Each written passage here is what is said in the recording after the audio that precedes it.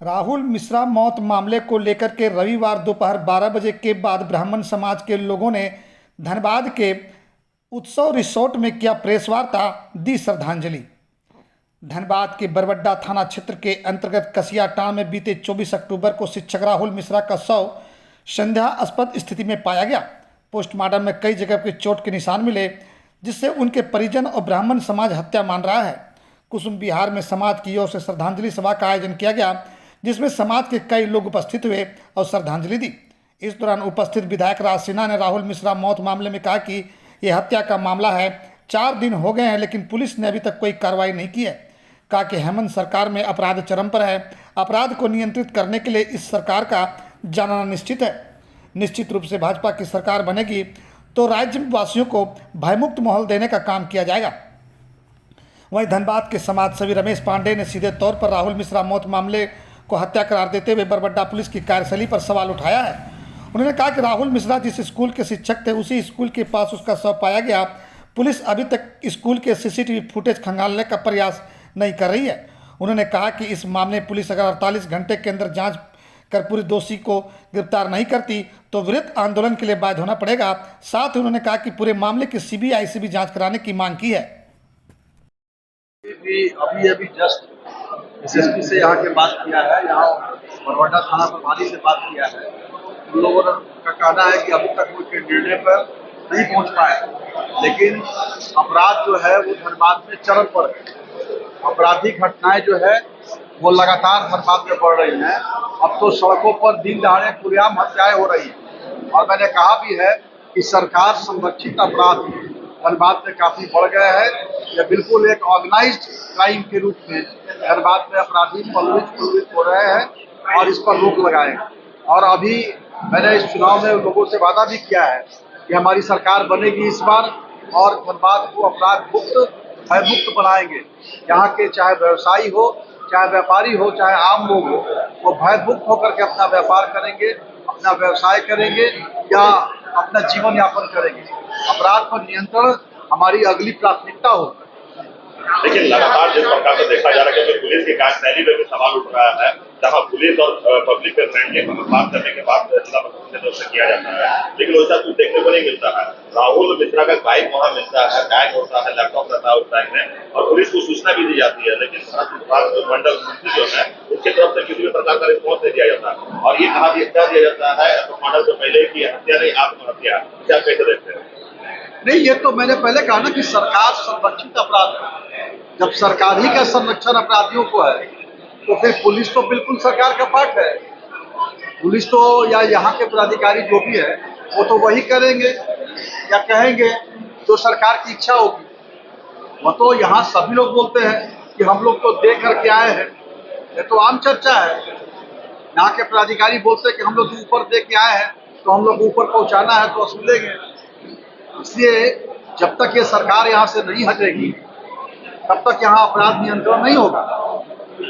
और इस बार जनता ने कमर कस लिया है। छोटे छोटे 5 लाख 10 लाख भी नौकरी का व्यापार करने वाले लोग को फोन आ रहा है, धमकी आ रहा है, रंगदारी मांगा जा रहा है। अपने विधायक जी दुर्भाग्यपूर्ण है। आपने कहा था कि अपराधी रहेंगे या तो मैं रहूंगा। बिल्कुल, अभी भी कह रहा हूँ कि हमारी अपराध पर नियंत्रण, हमारी सरकार बनेगी, अपराध पर नियंत्रण हमारी पहली प्राथमिकता होगी।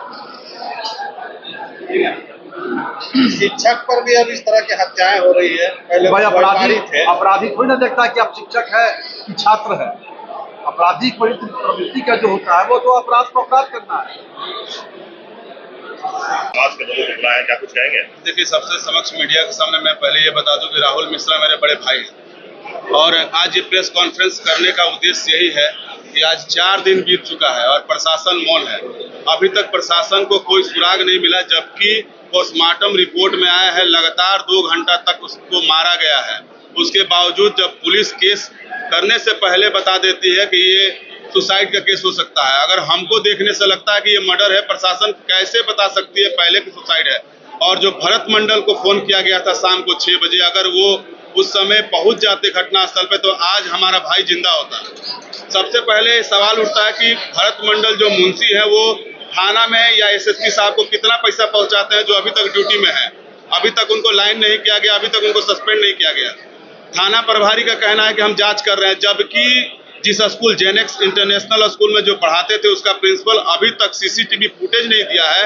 एक जिला प्रशासन को चूड़ी पहन लेना चाहिए, जबकि 4 दिन बीत जाने के बाद भी वो सीसीटीवी फुटेज नहीं ले पाए हैं।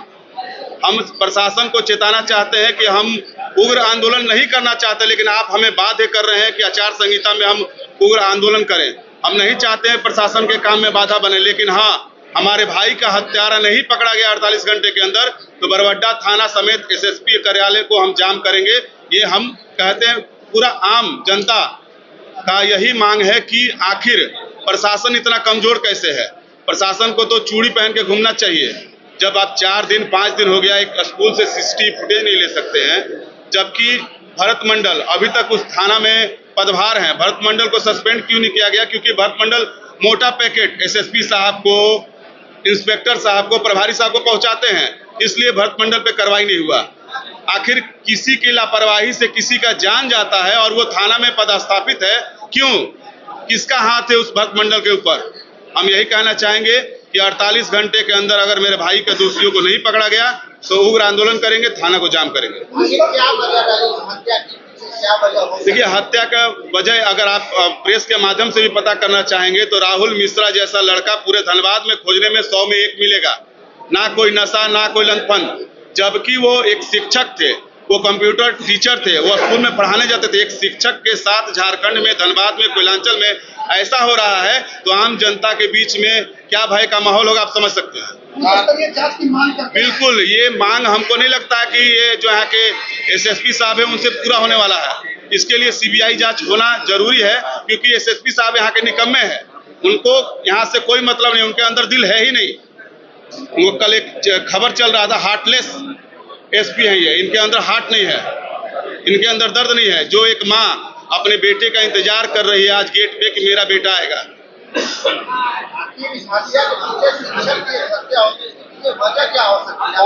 देखिए, पूरी मामला जो हम लोग को डाउट जाता है कि स्कूल से जुड़ा हुआ ये मामला है।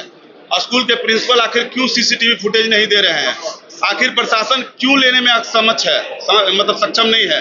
अभी 4 दिन बीत जाने के बाद एक चोरी होता है या कुछ भी बात होता है तो सीसीटीवी फुटेज में देखा जाता है, जबकि वहां मर्डर हुआ है स्कूल से 2 कदम 4 कदम की दूरी पे, और वहां के प्रिंसिपल अभी तक सीसीटीवी मुहैया नहीं करवाए हैं, ना कि वहां का प्रशासन अभी तक ले पाया है। बिल्कुल, अगर प्रिंसिपल स्कूल चलाते हैं तो कोई भी एक स्टूडेंट को चोट लगता है या मरता है तो स्कूल में मौन का व्रत रखा जाता है या एक दिन स्कूल को छुट्टी किया जाता है।